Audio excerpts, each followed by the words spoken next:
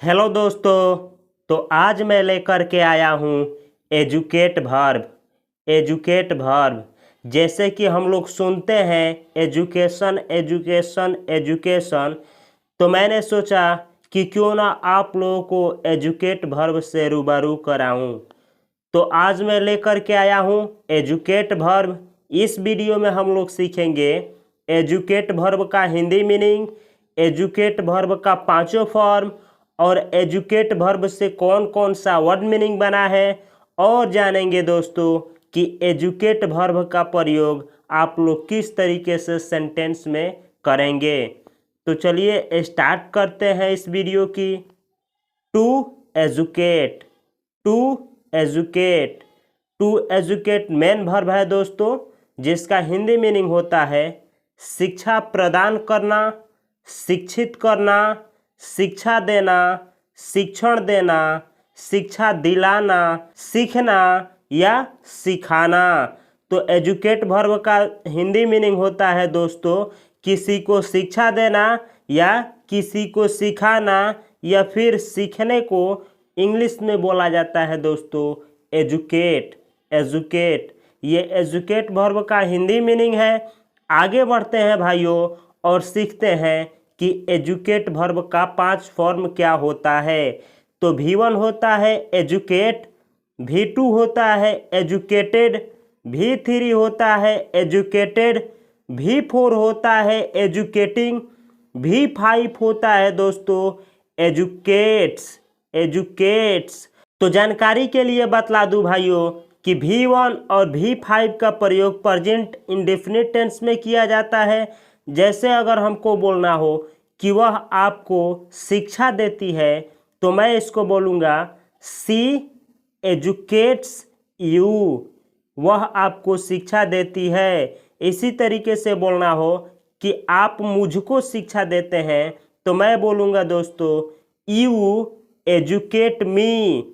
Singular subject के साथ में दोस्तों प्रेजेंट इंडेफिनिट टेंस में V5 का प्रयोग किया जाता है, और प्लूरल अगर सब्जेक्ट हो दोस्तों तो उसके साथ प्रेजेंट इंडेफिनिट टेंस में V1 का प्रयोग किया जाता है। जैसे रानी एजुकेट्स, रानी शिक्षा देती है या रानी सिखाती है। उसी तरीके से अगर बोलना हो कि वे लोग शिक्षा देते हैं या वे लोग सिखाते हैं तो मैं बोलूँगा इंग्लिश में दे एजुकेट, दे एजुकेट। इस तरीके से V1 और V5 का यूज होता है, और V2 का दोस्तों पास्ट इंडेफिनिट टेंस में यूज होता है। जैसे अगर हमको बोलना हो कि मैंने आपको शिक्षा दिया या मैंने आपको शिक्षित किया तो मैं बोलूँगा इसको आई एजुकेटेड यू, मैंने आपको एजुकेटेड किया।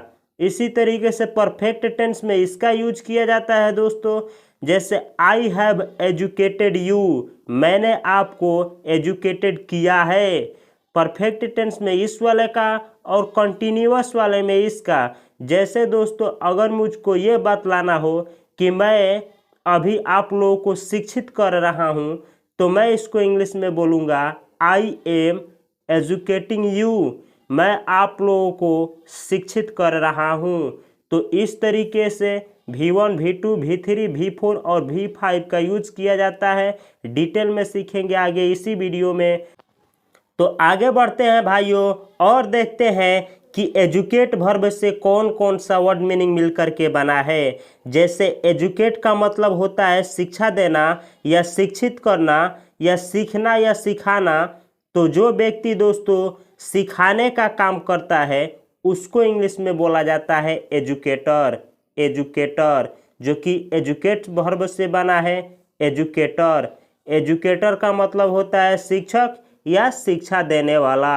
एजुकेटर सिंगुलर नाउन है, यानी एक व्यक्ति है कोई तो आप बोलेंगे एजुकेटर, और एक से अधिक व्यक्ति हो दोस्तों शिक्षा देने वालों की या शिक्षकों की तो आप इंग्लिश में बोलेंगे एजुकेटर्स।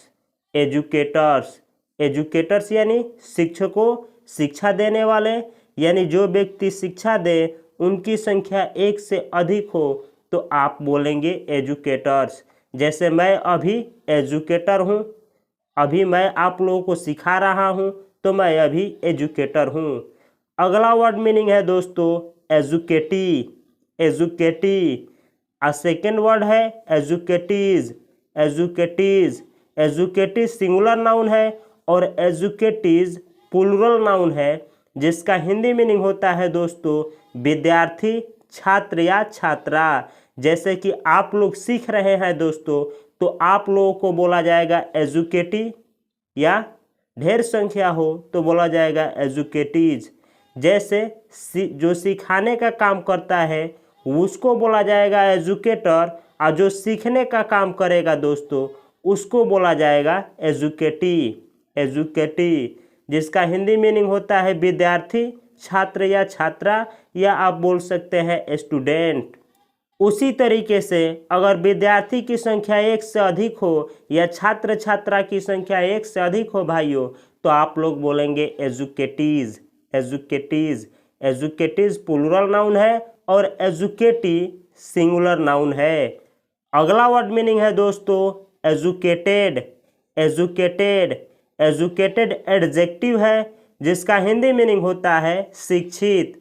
जैसे अगर इस तरीके से बोलना हो कि आप शिक्षित हैं, तो मैं इसको इंग्लिश में बोलूँगा you are educated, you are educated. आप शिक्षित हो या आप शिक्षित हैं। तो एजुकेटेड एडजेक्टिव है दोस्तों, जो कि एजुकेट वर्ब का ये V3 है।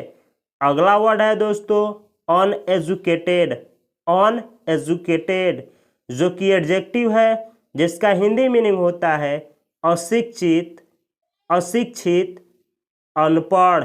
यानी जो व्यक्ति न पढ़ा लिखा हो दोस्तों, उसको इंग्लिश में बोला जाता है अनएजुकेटेड, अनएजुकेटेड।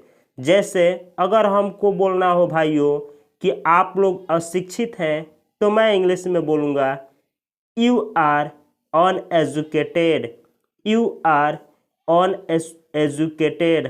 आप लोग अनएजुकेटेड हैं या आप लोग अनएजुकेटेड हो।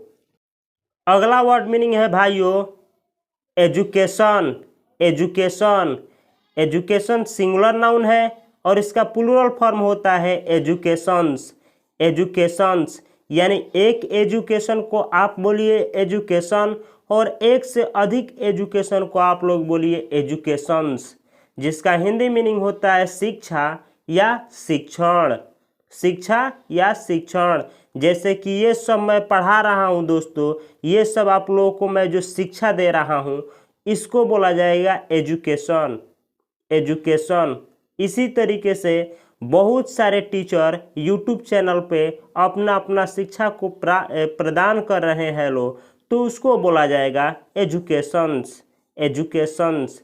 जैसे बोला जाता है कि एजुकेशंस फील्ड में बहुत स्कोप है।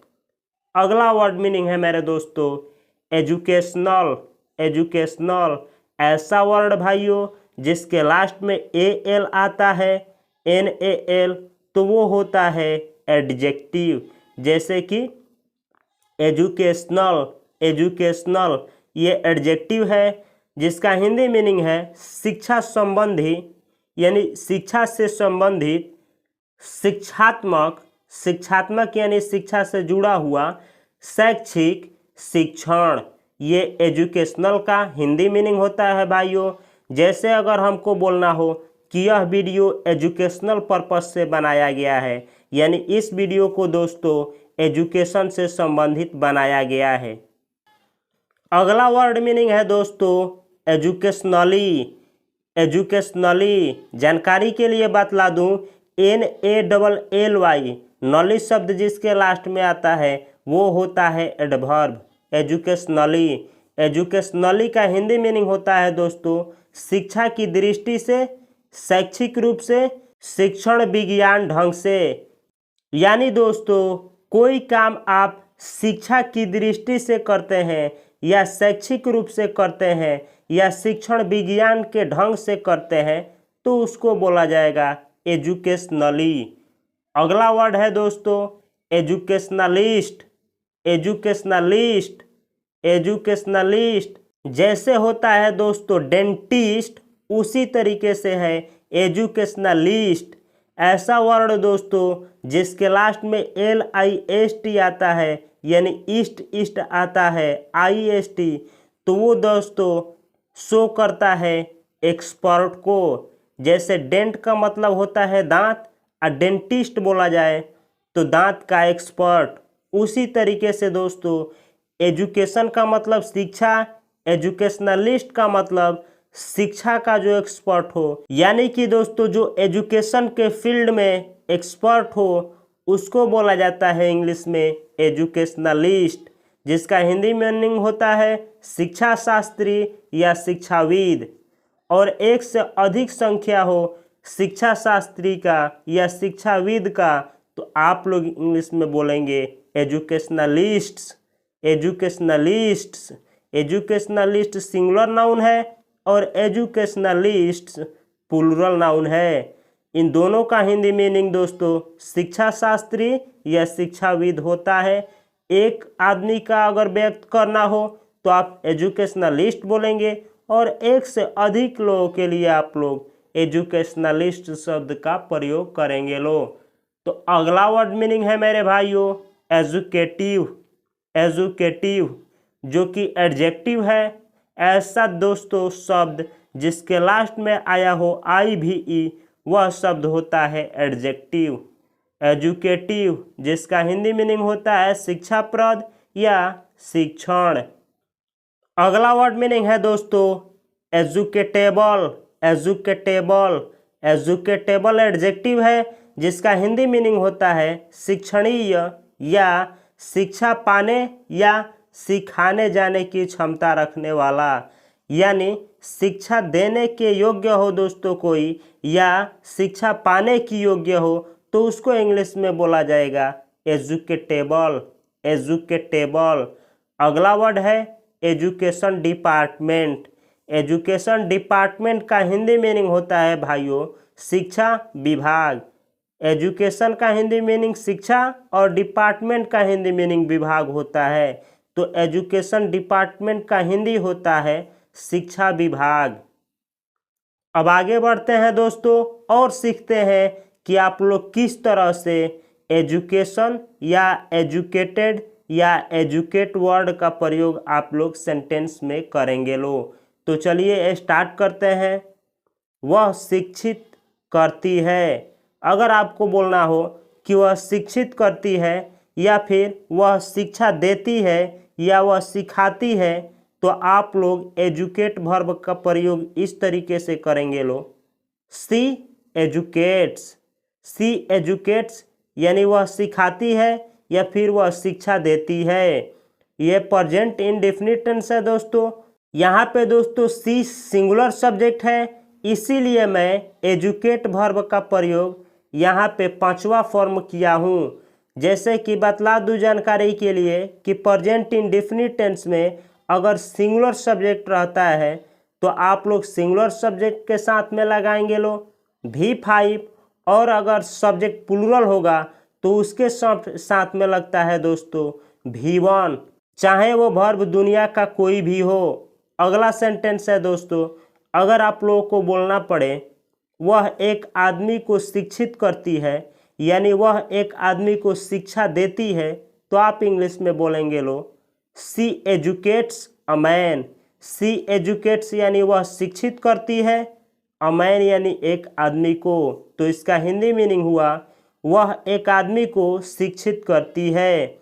अगला सेंटेंस है दोस्तों, अगर मुझे कहना पड़े आप मुझे शिक्षित करते हैं तो मैं इसको इंग्लिश में बोलूँगा you educate me. You educate यानी आप शिक्षित करते हैं, मी यानी मुझे। ये प्रेजेंट इंडेफिनिट टेंस है, प्लूरल सब्जेक्ट है, इसीलिए मैं एजुकेट वर्ब का V1 का यूज किया हूँ। अगला सेंटेंस है दोस्तों, मैं आपको शिक्षित कर रहा हूँ। जैसे मैं अभी आप लोगों को शिक्षित कर रहा हूँ दोस्तों, तो मैं इसको इंग्लिश में बोलूँगा आई एम एजुकेटिंग। मैं शिक्षित कर रहा हूँ। यू यानी आपको, या यू ऑल बोल सकता हूँ आप सभी को। तो इस तरीके से होगा इसका हिंदी मीनिंग दोस्तों कि मैं आप सभी को या आपको एजुकेटिंग यानी शिक्षित कर रहा हूँ। अगला सेंटेंस है भाइयों, राम ने आपकी माँ को शिक्षित किया। तो इसको इंग्लिश में बोला जाएगा Ram educated your mother. Past indefinite tense, Ram educated यानी राम ने शिक्षित किया, योर मदर यानी आपकी माँ को। अगला सेंटेंस है दोस्तों, अगर आपको बोलना हो आप एक शिक्षक हैं या आप एक शिक्षक हो तो इंग्लिश में आप बोलेंगे यू आर यानी आप हो या आप हैं एन एजुकेटर यानी एक शिक्षक।